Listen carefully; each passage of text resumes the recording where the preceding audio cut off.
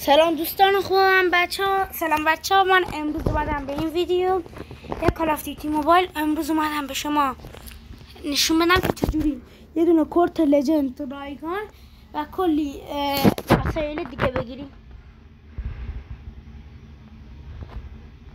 واسه بچه یه لحظه بچه ها اول میایم وارد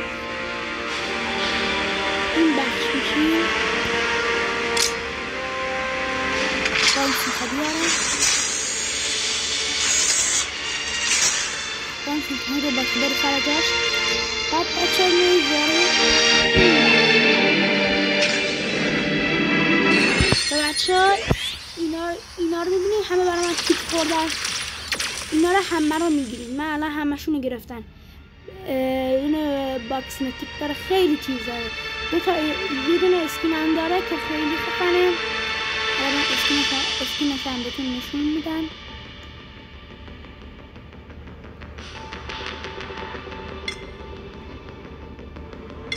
این یکی از اسکیناش، دو تا اسکین داره.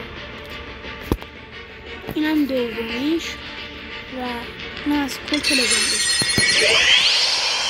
حالا بچه چجوری باید این کارتا رو گرفت؟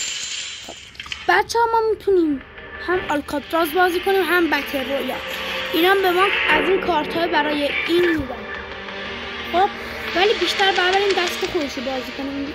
اسم این دست بریم سر این دست ببینیم بیشتر.